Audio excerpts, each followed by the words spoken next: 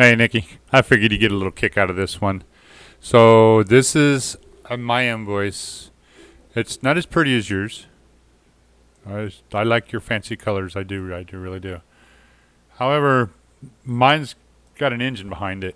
It's a pretty cool little engine. I'm gonna give you a little rundown. I've got two sheets here. This one can be named whatever it wants. This one has to say as list, and I'll show you why.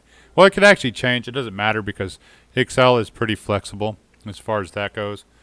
So I use what they call named ranges. So if you hit Control F3, it brings up your named range. So what that is this little box right here. A lot of people don't know about. It's a really cool little box. It tells you where you are, number one. It tells you what you have selected, number two, or where you're going with your selection. As you can see up there, that little left-hand box up there. It'll tell you you're on whatever to whatever. Neither here nor there. Named ranges is pretty cool. So these ranges are right here. I've got two named ranges. I've got a product list that I use for a vlookup. And I actually have a Rust code list that I use for my drop-down boxes. Now with that in mind, I'm going to show you something really cool. You're familiar with all this boring stuff up here. You're familiar with all this stuff right here. One interesting note is this date. I can change this date and it'll automatically change the next date below it for a net 30. And if you look at the code, it's just simple. This H4 equals H3 plus H5. So I'm actually doing a net 30 calculation for my H4 cell. That is linked to this net 30, terms of net 30, and it could change because, mirrors were in the works with mirrors where we're going to be going net 15. So once that changes, all my invoices are 2 weeks out. Right now they're 4 weeks out, and we'll just leave them as that. So that's all the boring stuff. So I'm going to real quick bring up an invoice that you sent me, 1082. Actually, not 1082, Mac 3, which is my invoice 1082. You're familiar with all this stuff right here. I have modeled my header after yours. Dailies, run, unit code, or you have unit code. I have Rust code. Rust code came from Mac. That's what they have on theirs. Unit description, you have description, which is neither here nor there. I have UM, you have U of M, or unit of measurement. Quantity, base rate, subtotal, mine pretty much the same. Neither here nor there. We're going to remember these codes right here because they're all going to go all the way down.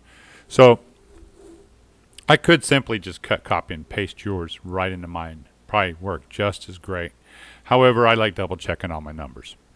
Now, back to my list here. I know this list is straight from the horse's mouth. I asked Frank to send me a list. I modified it by putting in this cell right here, or this column, so that I can easily do my rates and multiplications, which is what you see over here. This list, we're not using that. We're not using column G or E and column G. So we're using these 4 columns, which is B, C, D, and F. And I'm going to show you how we're using those. It's really cool. So daily, we can simply type in the date, if I can figure out what the date is, and our run, which is in this case 48C. And I know I'm hem-hawing around the Rust code, which is pretty cool. I think it's pretty cool. We're looking at 5M. I'll bring that over. We're looking at 5M, correction, PM52CF. So we're going to go to our Rust code, and it's a drop-down menu with all kinds of nice neat little numbers in it. So we're going to go to 5P. God, I can't even talk. PM52CF. We're going to click on it. It automatically populates all the rest of the fields that I need populated. How, you ask? We're using what they call a vlookup with an error code handler. I like error code handlers because without error codes, I'll show you how this looks real quick. We're just going to go equals vlookup. We're going to put a parent in. We're going to give it a lookup value, which I'm just going to put in this column right here because that's what we're going to be looking up. Our table, and if we just hit F3, we come up with a table. I already have the table here. So it's this product code right here, which is the named range I specified earlier. I'll click OK. We're looking up our column index. What the column index is from your lookup all the way over. So I want column 2. I'm using the header right here, as you see. If I go 1, 2, 3, 4, 5, those are my column indexes. So I want to bring the description up of whatever this equals. So D21, whatever it may be, is going to go over to the product list, find the exact match, and return whatever is in that column 2. And I'll show you how that works. And then we're going to say, comma, and we're going to want an exact match. We can just type in false and then close parent enter. Now you see it returned an error. It would return an error for the rest of these if I asked it to. By that I mean if I just copy the text, and let me go back, copy the text, and change this to 3 since that's the column we're returning. 1, 2, 3. We're not doing 4 because we're going to enter that ourselves. If you notice, it put in an error. And if we do 5 and get rid of all this, it's the same thing as this previous code, except I got rid of the error handling.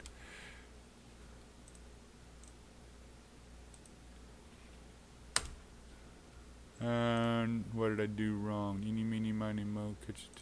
Oh, equal sign. That always helps. Now you see I have an error in all 3 of these tags. And if I do my equation, and this is dragging down, you're going to learn that here in a minute. Of what I do is I drag down. I have error handling in my code here. If I just get rid of my error handling and do a regular normal equation like most people would,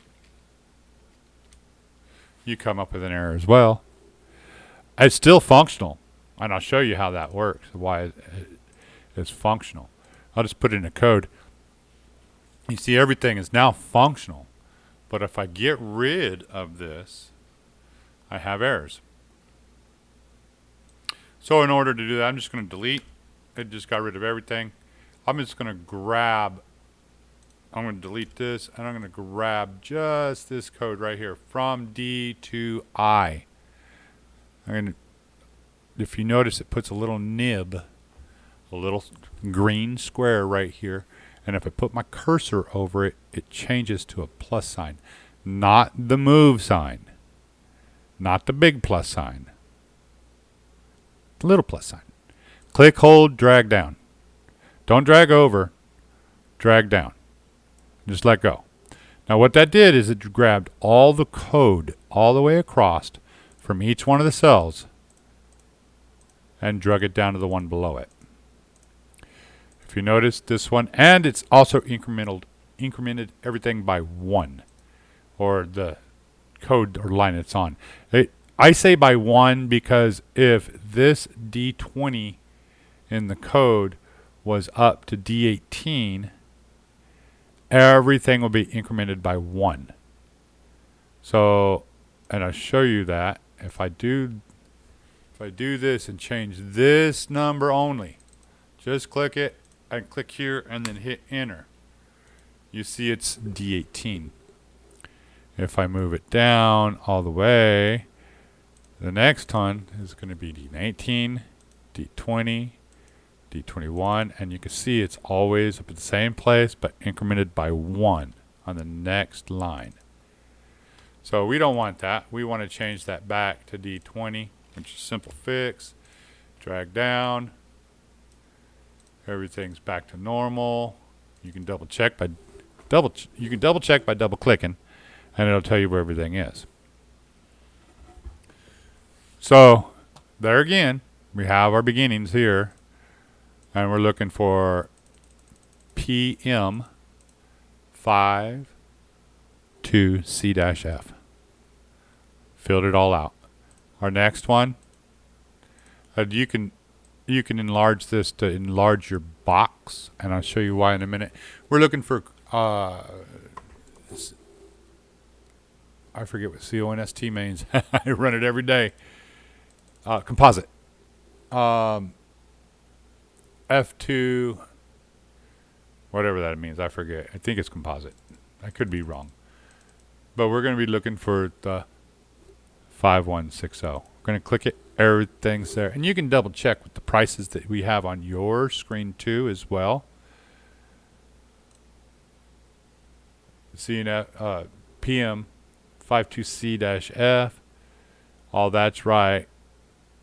Tag 8. We want to put 8 down here. Let's just do this real quick. 8. Let that calculate. Bring everything up. 4192. 4192. This is 24. We can do 24 real quick. And here, see if that calculates right.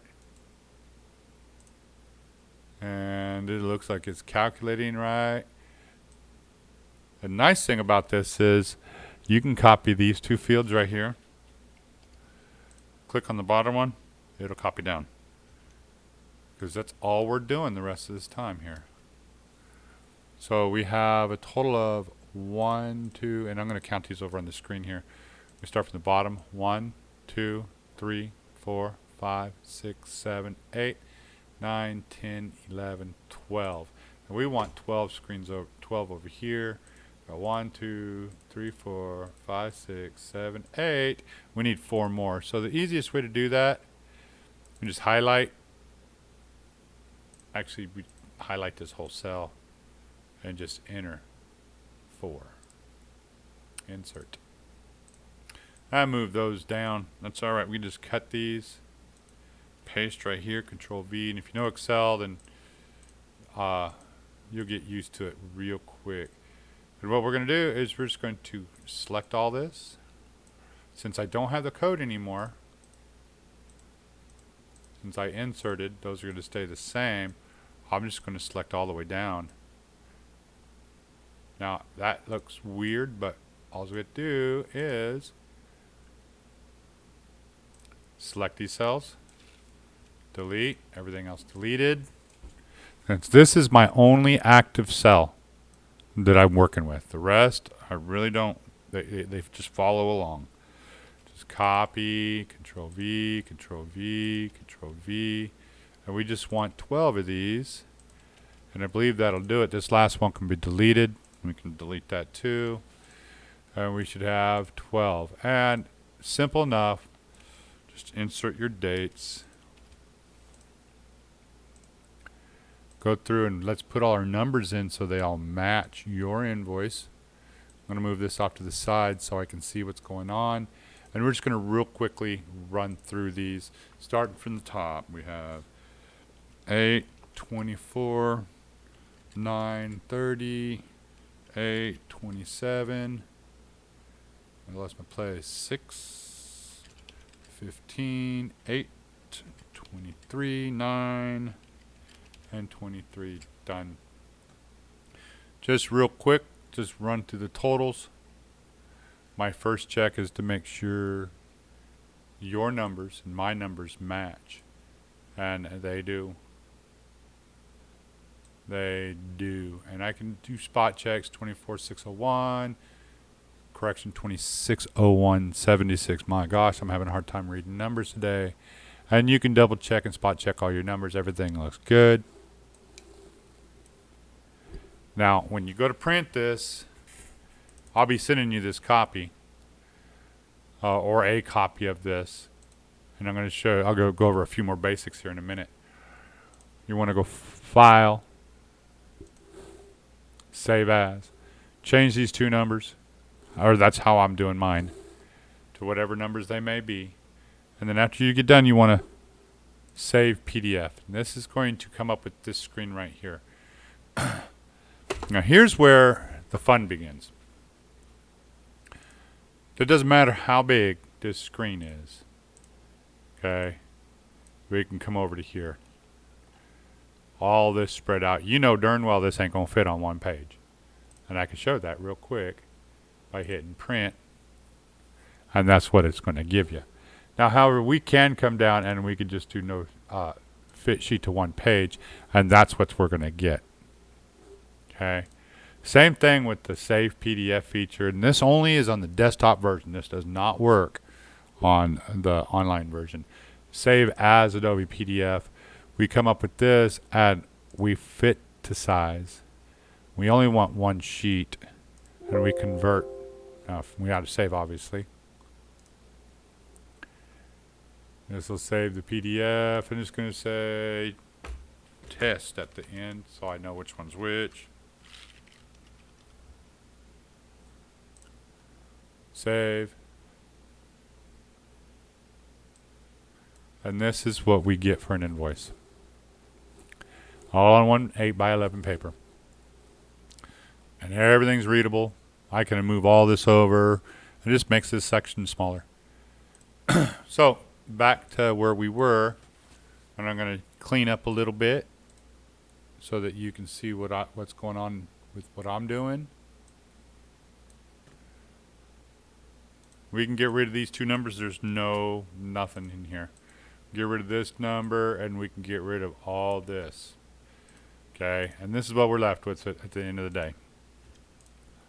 Now, if you want, you can really compact this, and you can delete all these cells and move everything up, and that's what we have. Now, mind you, here's a couple of things we want to do.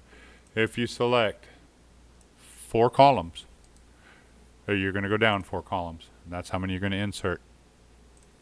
If you select this column right here, it automatically grabs the formatting data from the row above. Don't ask me why it does that, but it's a real pain in the butt sometimes.